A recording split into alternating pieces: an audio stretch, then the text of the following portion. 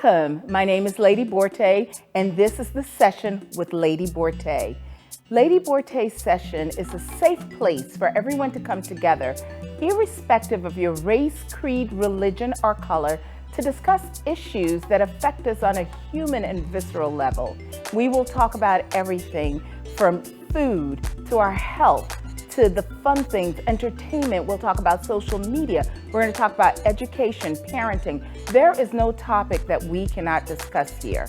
So this is the session. I am Lady Bortey, and let's talk about it. So who is Lady Bortey? Well, I am a consultant who's worked across multiple platforms in the entertainment industry and have worked with quite a lot of people in this industry, from celebrities to behind the scenes people, to everybody in between, and just been a general ear for people within the industry and outside of it. I have worked with ARDN, the initiative through the United Nations. I have worked with the Miss Universe Ghana establishment, and I've worked with multiple high-level media platforms, putting out media advertising and marketing material, and just bringing who we are as a people to the forefront. This is simply an extension of that. We're going to discuss everything here. This has been my passion, to be able to come to you guys and give you a safe space to talk about the things that affects us. It has always been, where you have people who talk about things in niche markets. Well, this is not a niche market. This is an open market. We're all here on the same level, talking about things that we're all interested in. We're all interested in our humanity. We're all interested in entertainment. We're all interested in what affects us on the day-to-day level, minute issues and big issues. They're all the same to us, and we're here to discuss it. Coming from a background of working with multiple media houses, both high-end and otherwise, I'd like to take the time for us to discuss social media and how it affects our day-to-day living.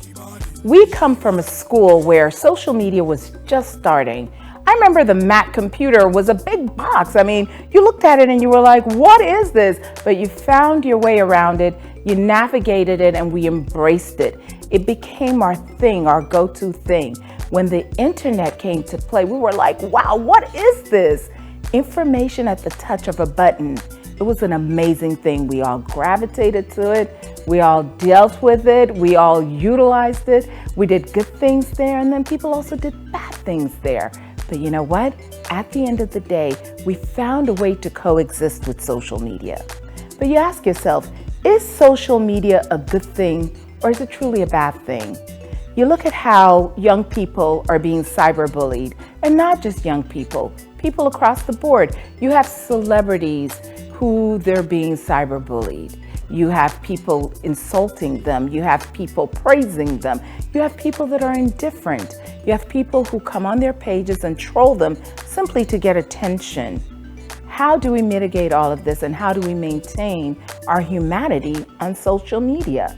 Do we allow our children to go on social media platforms early in age? Do we put a cap on when they can go on social media, or do we allow them free range? And at the end of the day, how does this affect our children? How does this affect us?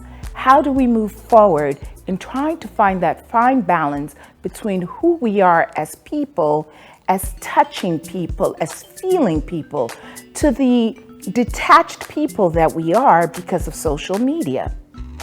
Well, it's a very big subject, and there's not a lot that any one person can say, but it takes multiple voices.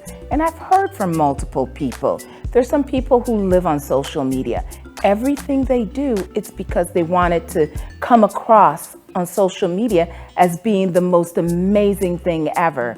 But nobody ever stops to think that, wait a minute, if I stop to show who I really am on social media, maybe it'll encourage somebody else to show who they truly are.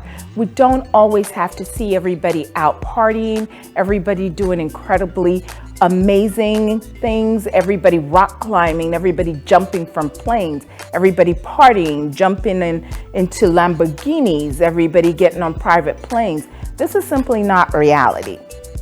But We have to be able to peel back those layers and look to see, how is this affecting me on my day-to-day life? When I wake up in the morning, what do I do first? Do I spend time with myself, or do I pick up my device and go straight to social media? The internet and computers have made it so easy for us that now our very phones are actual mini computers that are attached to us. We have gone into the age of the Jetsons. I remember when watching the Jetsons, you would think, oh my God, you can dial up a doctor. You can put a pill in an oven and it becomes a full meal. You can just sit there and dial a friend and talk to them on your television. This is the day and age in which we live in. We don't have the flying cars yet, but we may have that soon. So ask yourself, how do you navigate the age of the Jetsons? How do you keep your humanity? How do you keep from being automated, so to speak? How do you go to dinner with your family and everybody's sitting there with a device in their hand and they're punching on their devices and not paying attention to what one another is saying? They may be listening, but they're not hearing. And the point of connection is to be able to properly hear somebody and to be able to connect with what they're saying and to be able to digest it and utilize that knowledge that that person is giving you. You could be at dinner with a friend who maybe is going through something, but because you're so engrossed in your social media, you may not give them enough time or even the true ear to hear what they're saying, to be able to address their issue. But you would gloss it over and, oh, and I saw on social media that X, Y, and Z, maybe you should do that. This is not what you're being asked for. People come to us to connect with us. We need, as human beings, to feel the human touch. We need to be able to know that we understand one another, that we feel. When you look at your phones, when you look at your computers, there's no feeling involved. The only feeling that you have is from what is being shown to you aesthetically. How do we navigate this? Let's continue this conversation. Follow me on this very same social media, on Instagram and Twitter, and let's keep this discussion going.